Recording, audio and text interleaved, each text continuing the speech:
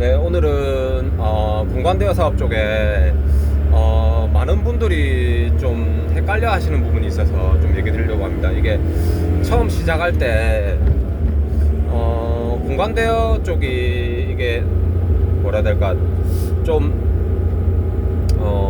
매장은 공간 자체는 이제 오프라인인데, 그죠? 일반 식당이나 카페처럼 공간 자체는 오프라인인데, 이제 처음에 홍보할 때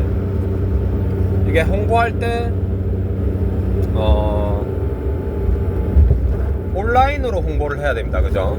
온라인으로 홍보를 해야 되는데,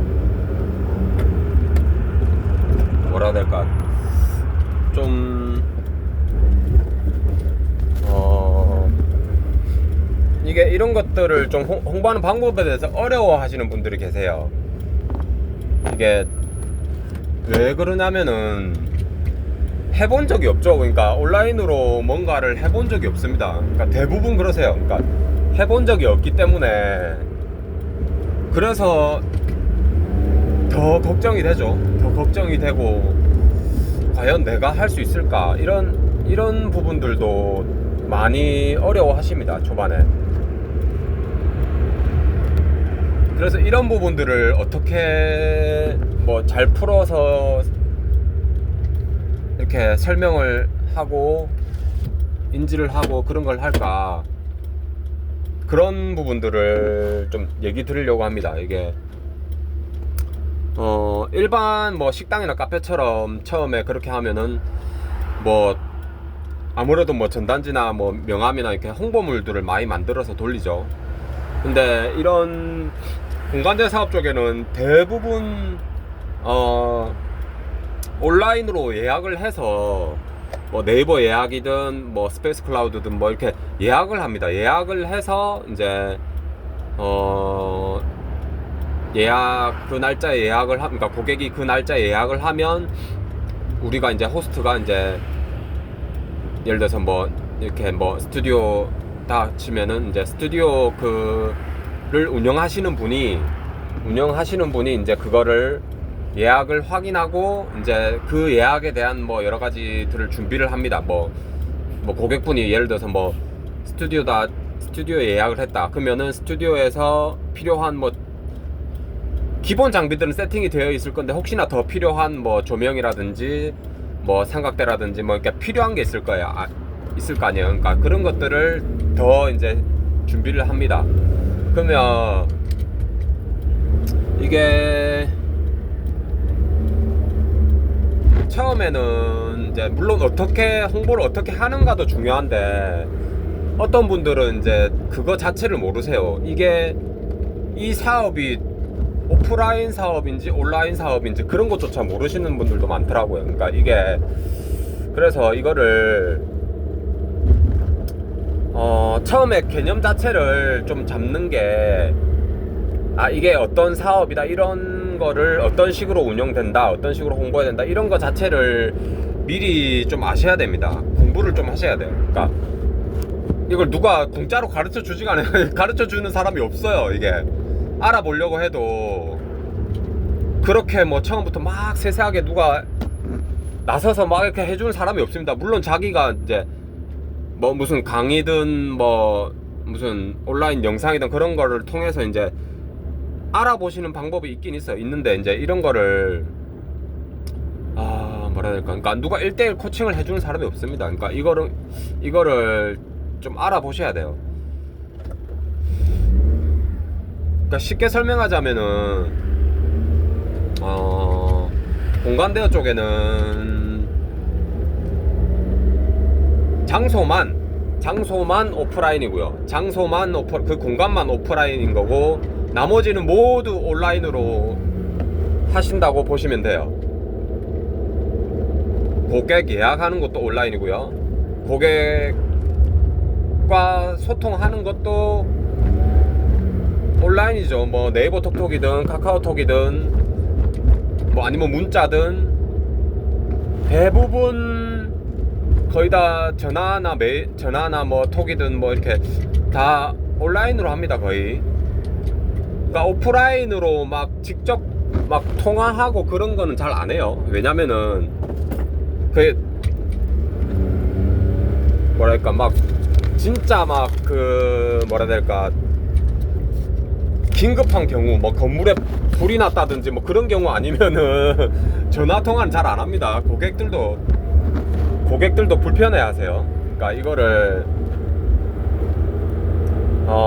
조금 오프라인 사업이 아니다 이거를 먼저 인식을 하셔야 돼요. 그러니까 일반 카페나 식당처럼 그렇게 뭐 전단지 만들고 그런 거 잘 안 합니다. 만들 필요도 없고 그리고 제가 한 가지 당부 얘기 드리고 싶은 게 전단지든 뭐 간판이든 다 필요 없습니다. 그거 왜냐면은 제가 왜 그렇게 얘기 드냐면은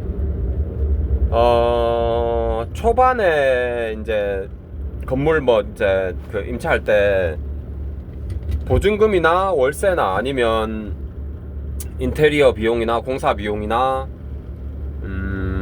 소품 가구 그런 비용들이 상당히 많이 들어갑니다. 많이 들어가는데 차라리 그런 쪽에